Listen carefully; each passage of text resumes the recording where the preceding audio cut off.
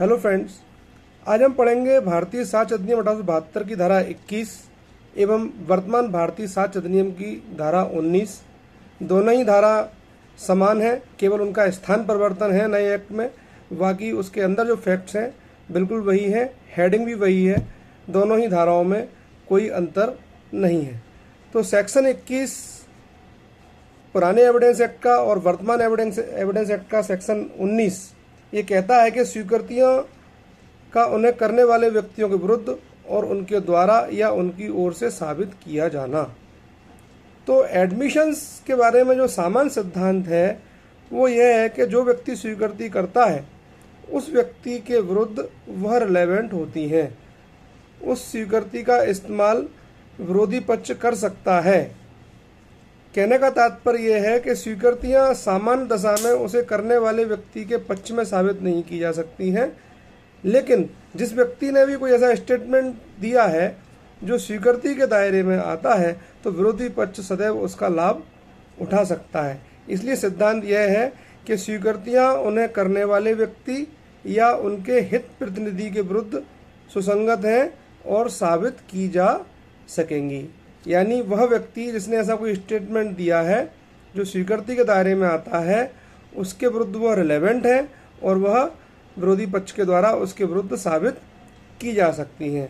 या उसके हित प्रतिनिधि में कौन व्यक्ति होते हैं? जिन्होंने उस व्यक्ति से हित प्राप्त किया है, जैसे उसके विधिक प्रतिनिधि हैं, या उससे संपत्ति ट्रांसफर में किसी ने प्राप्त की है, या विरासत में किसी व्यक्ति को उत्तराधिकार में कोई प्रॉपर्टी मिली है, तो वह व्यक्ति उसका हित प्रतिनिधि कहलाता है। तो हित प्रतिनिधि के द्वारा की गई स्वीकृति भी उसके प्रिंसिपल यानी मालिक के द्वारा की गई स्वीकृति मानी जाती है। तो सीधा सीधा सिद्धांत ये है कि स्वीकृति उसको करने वाले व्यक्ति के खिलाफ साबित की जा सकती है, या उसके हित प्रतिनिधि ने अगर कोई स्वीकृति की है तो वह उसके विरुद्ध साबित की जा सकती है। यह सिद्धांत क्यों है? यह सिद्धांत इसलिए है कि अगर ऐसा नहीं होता तो कोई व्यक्ति अपने ही कथनों का लाभ उठा लेता, अपनी ही कोई बातें प्री प्लान करके पहले से लोगों से कहता और उनका लाभ उठा लेता। तो इसलिए कोई व्यक्ति किसी की चीज़ का नाजायज लाभ ना उठा सके, इसलिए उसके करने वाले व्यक्ति के विरुद्ध उसे सुसंगत माना जाता है। लेकिन सेक्शन 21 में कुछ वह दशाएं भी बताई गई हैं जब स्वीकृति उसे करने वाले व्यक्ति के पक्ष में भी साबित की जा सकती है। तो इसमें सेक्शन 21(1), सेक्शन 21(2) और सेक्शन 21(3) और वर्तमान भारतीय साक्ष्य अधिनियम 2023 में भी 19(1), 19(2), 19(3) में हम वह तथ्य पढ़ेंगे। तो ये कहते हैं कि उन्हें करने वाले व्यक्ति द्वारा या उसके हित प्रतिनिधि के विरुद्ध निम्नलिखित अवस्थाओं के सिवाय उसे साबित नहीं कर सकते। यानी जो सेक्शन 21 में जो नीचे 3 दशाएं दी हैं केवल उन दशाओं में ही उसे साबित किया जा सकता है उसके पक्ष में, अन्यथा साबित नहीं किया जा सकता। तो पहली दशा क्या है जब उसके पक्ष में हम उसको साबित कर सकते हैं? तो पहली दशा ये है कि जिस व्यक्ति ने स्वीकृति की है वह उसके द्वारा या उसकी ओर से तब साबित की जा सकती है जबकि अगर वह व्यक्ति मर गया होता तो वह अन्य व्यक्तियों के बीच धारा 32 के अधीन सुसंगत होती। तो सेक्शन 32 हम पढ़ते हैं। सेक्शन 32 में क्या है? डाइंग डिक्लेरेशन है, मृत्युकालिक कथन है। सेक्शन 32 में 32(2) में कारोबार के अनुक्रम में कही और की गई बातें हैं। सेक्शन 32 में नातेदारी के अस्तित्व के बारे में बातें हैं। तो जो सेक्शन 32 में 8 पैराज दिए गए हैं तो उनके दायरे में अगर वो आती है सेक्शन 32 के दायरे में तो वह रिलेवेंट माना जा सकेगा। तो डाइंग डिक्लेरेशन के दायरे में कोई चीज़ आती है या 32 में जो चीज़ें हैं तो हम उसको उन तथ्यों को रिलेवेंट मानते हैं और स्वीकृति करने वाले व्यक्ति के पक्ष में भी उनको साबित किया जा सकता है। सेकंड पैरा है इसका, कोई स्वीकृति उसे करने वाले व्यक्ति द्वारा उसकी ओर से तब साबित की जा सकेगी जब मन की या शरीर की ऐसी सुसंगत दशा के एग्जिस्टेंस का ऐसा स्टेटमेंट है जो उस समय किया गया है जब उसके मन की शरीर की वह दशा विद्यमान थी और वह ऐसे आचरण के साथ उसने किया है जो उसकी असत्यता जो है उसको अनंत संभाव्य बना देता है। यानी ऐसी परिस्थितियों में उसने वो स्टेटमेंट दिया है कि उस समय वो झूठ बोल ही नहीं सकता था। जैसे कि कोई व्यक्ति के पास एक व्यक्ति आता है और कोई चोरी का सामान बेचता है और वह उसके मूल्य से कम में बेचने में इनकार कर देता है, तो क्या माना जाएगा? यह माना जाएगा कि वह सामान सही है, तो वो स्वीकृति के रूप में उसके पक्ष में साबित की जा सकती है, क्योंकि कोई भी व्यक्ति रेट टू रेट तो चोरी का सामान खरीदेगा नहीं। तो ये चीज़ है। सेक्शन 21(3) या 19(3) में बताया गया है कि स्वीकृति उसे करने वाले व्यक्ति द्वारा या उसकी ओर से साबित की जा सकेगी अगर वह स्वीकृति के रूप में नहीं लेकिन अन्य किसी तरीके से सुसंगत है। जैसा कि हम सेक्शन 34 एविडेंस एक्ट पढ़ते हैं, वो क्या कहता है, जो लेखा पुस्तकें हैं यानी अकाउंट्स जो हैं उनकी जो एंट्री है वो कब रिलेवेंट है? जब कभी न्यायालय को ऐसे विषय के बारे में राय बनानी हो कि भाई अकाउंट्स चेक करना है, जांच करनी है कि ये सही है या नहीं है, क्या कोई अपने पक्ष में बताना चाहता है, उसने किसी को उधार दिया है और उसने लिखा है उसमें कि मैंने फलाने को उधार दिया, तो ऐसी दशा में वो भले ही स्वीकृति के रूप में नहीं लेकिन अन्य तरीके से उसको सेक्शन 34 में ले जाकर हम रिलेवेंट मानते हैं। देखिए, सामान्यतः स्वीकृति जो है वो बहुत इम्पोर्टेंट चीज़ है। जब कभी कोई प्लेंटिफ वादी जो है अपना कोई मामला लेकर आता है तो उसको अपने प्लेंट में कोई ऐसी बात नहीं लिखनी चाहिए कि वो स्वीकृति के दायरे में आ जाए और उसके खिलाफ चली जाए। अगर वो स्वीकृति के दायरे में आ गई तो उसका नुकसान हो सकता है। इसी प्रकार जो आपका डिफेंडेंट यानी प्रतिवादी जो है उसको वादी के दावे के प्रत्येक पैराज का स्पष्ट रूप से खंडन करना चाहिए।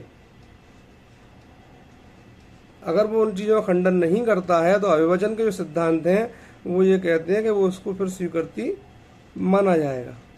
तो इसलिए स्वीकृति बहुत ही महत्वपूर्ण तथ्य है।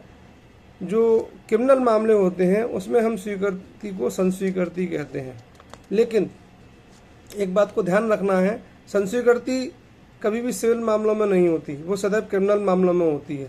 लेकिन स्वीकृति का जो एरिया है वो बहुत वाइड है। स्वीकृति क्रिमिनल मामलों में भी हो सकती है। कैसे? वह ऐसे कि मान लीजिए कोई 498A का मैटर है, तो अगर कोई व्यक्ति उस पूरे अपराध को स्वीकार कर लेता है तो वो संस्वीकृति कहलाएगा। लेकिन 498A के लिए यह साबित करना भी जरूरी है ना कि यह भैया इसकी विवाहित पत्नी है। तो वह अगर विवाह से इनकार नहीं करता है, दोनों पक्षकारों के बीच में इस बात का कोई विवाद नहीं है कि हमारा विवाह हुआ था, तो वह स्वीकृत तथ्य माना जाता है। और दूसरा पक्ष कहता है कि हमारी ये पत्नी है, तो ये एक स्वीकृति है। तो स्वीकृति क्रिमिनल मामलों में भी हो सकती है। केवल अपराध को करने की स्वीकृति जो होती है वो संस्वीकृति कहलाती है। ये माइनर डिफरेंस है दोनों चीज़ों में।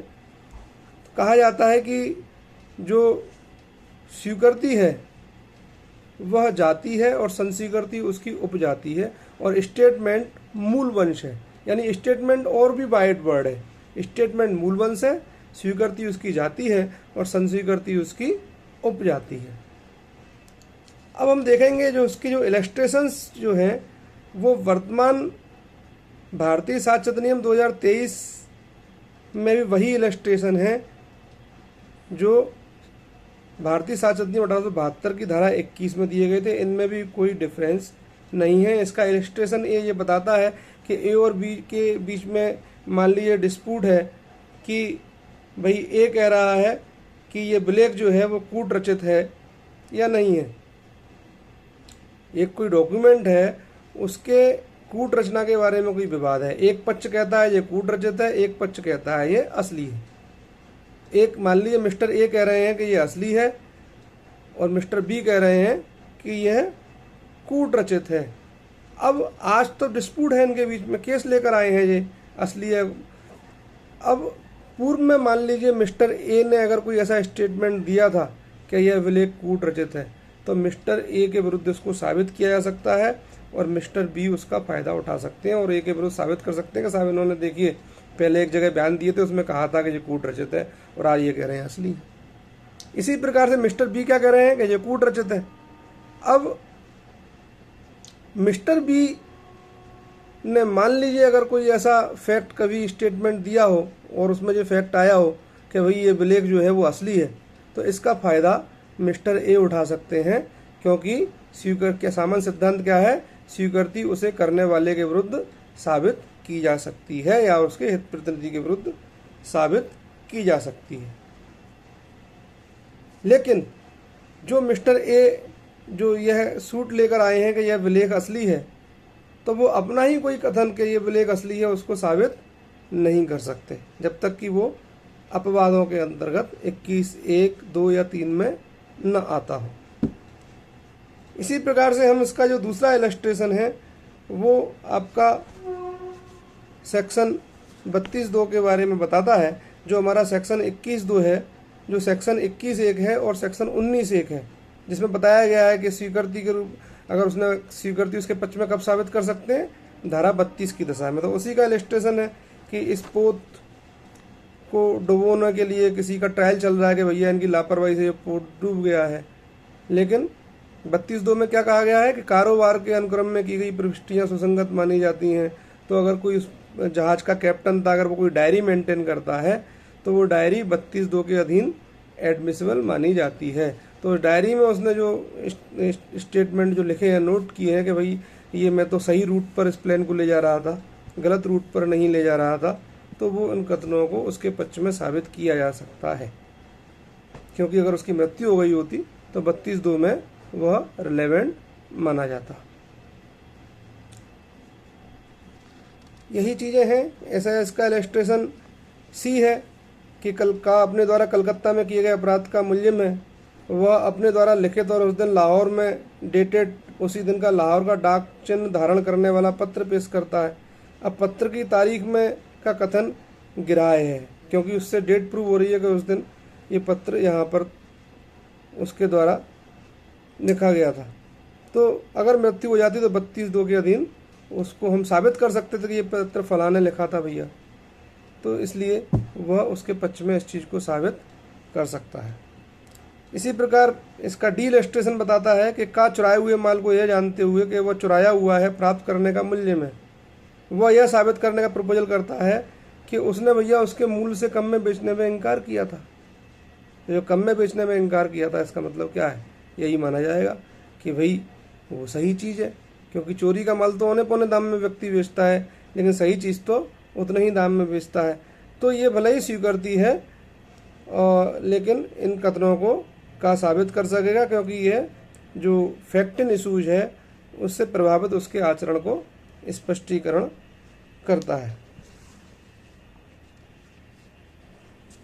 चलिए, तो इसी प्रकार इसका सेक्शन 21 या पुराने साक्ष्य जो हमारा नया साक्ष्य अधिनियम का सेक्शन 19 का इलस्ट्रेशन ई जो है वो बताता है कि का अपने कब्जे में कूटकृत सक्का जिसका कूटकृत होना वह जानता था कपट पूर्वक रखने का अभियुक्त है।